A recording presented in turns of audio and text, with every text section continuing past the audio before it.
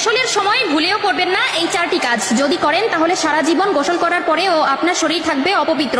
আপনার করা নামাজ, রোজা, তাসবিহ, তাহলিল, এমনকি আল্লাহর দরবারে করা কোনো ধরনের দোয়াই কবুল হবে না। বিশেষ করে যখন আপনার উপর গোসলটি ফরজ হবে, তখন তো কোনোভাবেই এই কাজগুলো করা যাবে না। কেননা গোসল যদি পবিত্রভাবে না হয়, তবে একটানা 70 বছর আপনি নামাজ পড়লেও সেই নামাজের মধ্যে এক ওয়াক্ত নামাজের ফজিলত আপনি পাবেন না, এমনকি আল্লাহর দরবারেও তা কবুল হবে না। বিশ্বনবী সাল্লাল্লাহু আলাইহি ওয়াসাল্লাম বলে গেছেন, গোসলের সময় মারাত্মক কিছু ভুল করার কারণে ব্যক্তির করা আজীবনের নামাজ আল্লাহর দরবারে কবুল হয় না। তবে ভুলগুলো মারাত্মক হলেও দেখতে দেখায় সামান্য, তাই নিজেকে একজন মুসলিম মনে করলে এই ভুলগুলো কখনোই করবেন না। কেননা গোসল আমাদের পবিত্রতার একটি অংশ এবং ইসলাম ধর্মের যে কোনো কাজ করতে হলে পবিত্রতা আবশ্যক। কি সেই 4টি ভুল জানতে হলে না টেনে দেখতে থাকুন সম্পূর্ণ ভিডিওটি এবং ভিডিওটি ছড়িয়ে দিন আপনার সকল মুসলিম ভাই ও বোনদের মধ্যে, যাতে করে তারাও এই ভুলগুলো থেকে নিজেকে শুধরে নিতে পারে, যাতে তারাও জীবনের গুনাহ থেকে বাঁচতে পারে। প্রিয় দর্শক, আপনাদের কাছে একটি প্রশ্ন, আপনি কি গোসল করার দোয়া জানেন? যদি জেনে থাকেন অবশ্যই কমেন্টে একবার আলহামদুলিল্লাহ লিখে যাবেন, আর যদি না জেনে থাকেন তাহলে কমেন্ট করে জানান,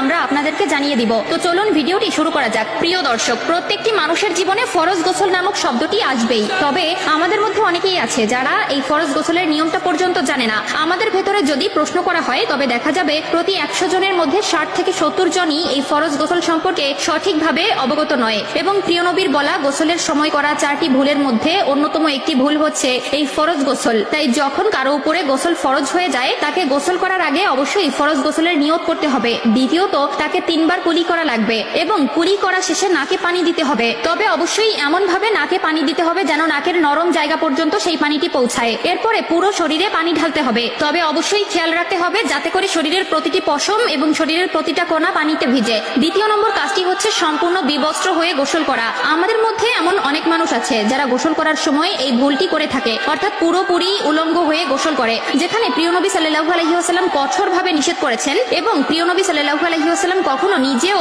সম্পূর্ণ উলঙ্গ হয়ে গোসল করতেন না। প্রিয় নবী বলেছেন, সকল প্রকার অপবিত্র স্থানে শয়তান এবং জিনেরা বসবাস করে। যেহেতু টয়লেট একটি অপবিত্র স্থান, সেহেতু সেখানে জিনেরা বসবাস করে এবং যখন কেউ উলঙ্গ অবস্থায় গোসল করে, জিনেরা তার উপরে বদনজর দেয় এবং তাকে নানাবিধ কুকর্ম করার প্ররোচনা দেয়। ফলে মারাত্মক থেকে মারাত্মক গুনাহের কাজ সেখানে সৃষ্টি হতে পারে। এছাড়াও তৃতীয় নম্বরে যেটি রয়েছে সেটি হলো গোসলের সময় জোরে জোরে মুখে কোনো তাসবিহ পাঠ করা যাবে না। যদি কখনো ওয়াশরুমে থাকেন তবে কখনোই তাসবিহ পাঠ করবেন না। বদলে আপনি যা করতে পারেন তা হলো, যখন আপনি ওয়াশরুমে ঢুকবেন তখন বাম পা দিয়ে ঢুকবেন এবং বলবেন আল্লাহুম্মা ইন্নী আউযু বিকা মিনাল খুবসি ওয়াল খবাইস, এবং বের হওয়ার সময় ডান পা বাইরে রেখে বের হবেন এবং বলবেন গুফরানাকা। এবং চতুর্থ নম্বরের কাজটি হচ্ছে গোসল শেষে জামা কাপড় পরার ক্ষেত্রে অবশ্যই ডান পা আগে ঢুকাবেন এবং ডান হাত আগে ঢুকাবেন। এটা নবীর সুন্নত এবং নবীর সুন্নত মানা আমাদের জন্য কর্তব্য। আল্লাহ তাআলা আমাদের সকলকে বোঝার তৌফিক দান করুক এবং উক্ত আমলগুলো মেনে চলার নেক বুদ্ধি দান করুক। আমিন।